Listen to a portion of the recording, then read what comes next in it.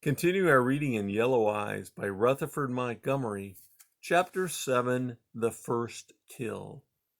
Winter came to the high country with a rush of swirling snow and blasting winds. The day had been warm, and Yellow Eyes had lain stretched on a ledge and slumbered peacefully, with the sun beating down upon his sleek hide.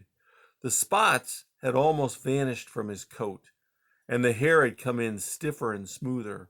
His short ears and wide forehead, which already showed rolls and wrinkles down to the bridge of his nose, were fine-furred and perfectly formed.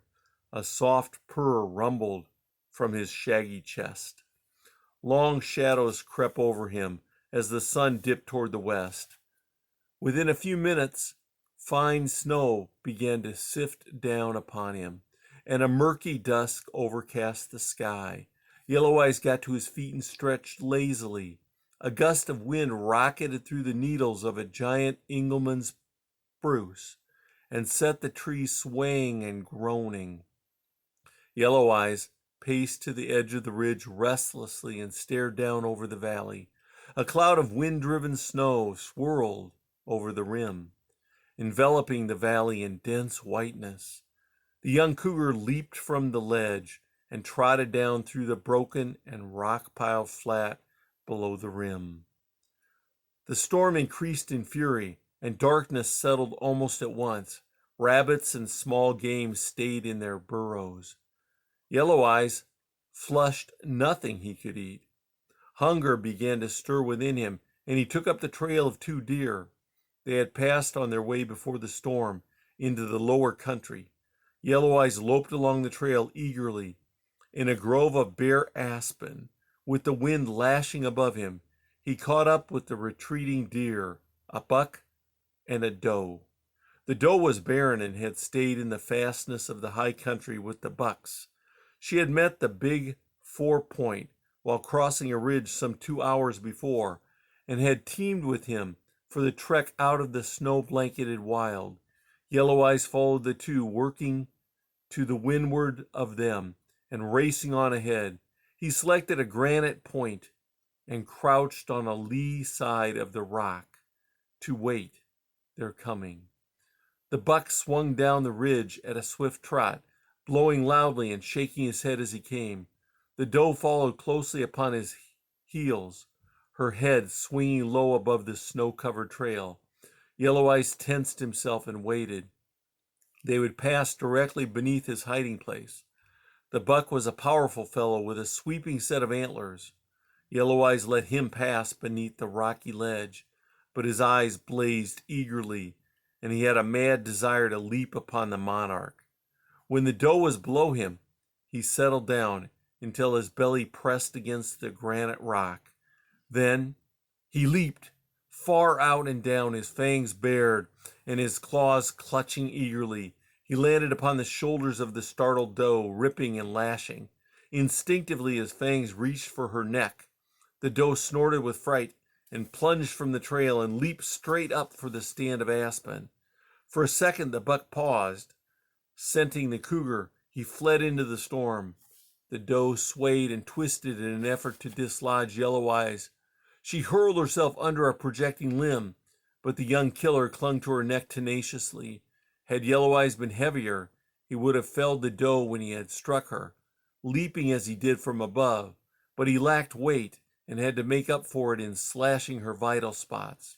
20 yards below the spot where he had launched his attack, the doe went down, stricken mortally by his slashing fangs.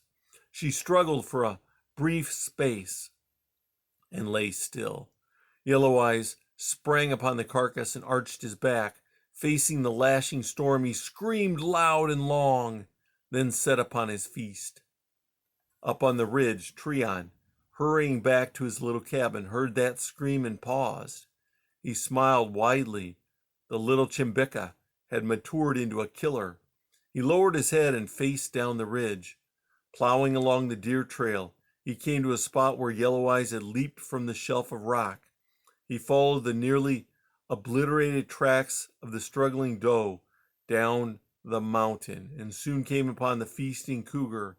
Treon had had no luck that day hunting, and the sack at his side was empty. True, he could have shot a deer, for many had hurried past him, but that would have been breaking the law. He stood watching the young cougar for some minutes. The howling storm carried his scent away from the mountain, and young Yellow Eyes had not heard him approach. Treon stepped nearer, in full view, and spoke softly. Would a Chimbika share with a brother? Yellow Eyes leaped back from the carcass, his ears flattening, tail lashing. Panic swept upon him for a moment as he saw a man with a gun standing close beside him. Do not fear, Big One. Treon wishes you to grow and to be a great killer, the Indian said softly. Yellow Eyes answered with a low snarl. Treon advanced and the cougar backed away. His first impulse to flee had left him, but he was not making friends with the two-legged animal he hated. Treon walked to the carcass and tossed his hunting sack to the ground. He laid his rifle against the doe and unsheathed his knife. Then I will share with you, he said softly. Yellow Eyes backed further away, his tail still lashing like a wolf. Most cunning of nature's killers, the cougar recognized a difference between Treon and the others of the race of men he had met. Treon knew this. Several times he had played with wolf pups and returned them to their cave. He was certain these killers considered him differently. He cut a supply of venison from the doe and shoved it into his sack. The young cougar still crouched, just at the edge of the storm circle, watching him. With a wave of his hand, the Indian glided into the darkening wall of whiteness. Yellow Eyes watched him go, and after Treon had disappeared, he returned to the doe to examine the carcass. He sniffed and growled and arched his back. Then he sniffed the fresh tracks in the new snow, and finally struck out following them. He kept in sight of Treon until the Indian came to the clearing, where his cabin, snuggled beside a spring in a clump of balsam. Yellow Eyes sat down and waited. He saw a light glow in one little window and watched black-gray smoke spiral from the mud chimney to be whipped into the storm as soon as it rose above the windbreak formed by the balsams. Moving around the cabin, he looked at it from every angle. Finally, he returned to where he could see the lighted window and sat down. For an hour he sat and looked. Then he got to his feet and arched his back. Flattening his ears, he screamed lustily and trotted back to his kill. Treon had a visitor that night. Cougar George, the human, stopped for a hot supper on his way to his lower country cabin. He had with him 2 pack burros and his hounds. He ate heartily of the venison and grinned at Treon. Cougar George always had venison when he wanted it, though his orders were that he must not kill deer. You finally come to get it, by gall, he remarked as he mopped up the last drop of gravy from his tin plate with a piece of sourdough biscuit. I did not kill a deer. I shared with my brother Chimbaka. Treon did not smile as he spoke. Oh, sure, Cougar George grunted. I seen where that yeller whelp killed a deer and fixed that carcass. I fixed it. Cougar laughed. I slipped a few of government pills into the parts them cats like. I'll be back over the ridge after this storm and get myself the hide. Poison? Treon asked. Yeah, I had trouble with that cat. He don't act like one of them yeller whelps ought to. I had the hounds on him 3 times and he never went up a tree at all. I figure to get my cat every time, I just slipped him some poison. Treon got up from where he had been sitting and gathered up the dishes. Cougar George went to the door and peered out into the storm. I got to be hitting it over the mountain or I'll get snowed in, he said.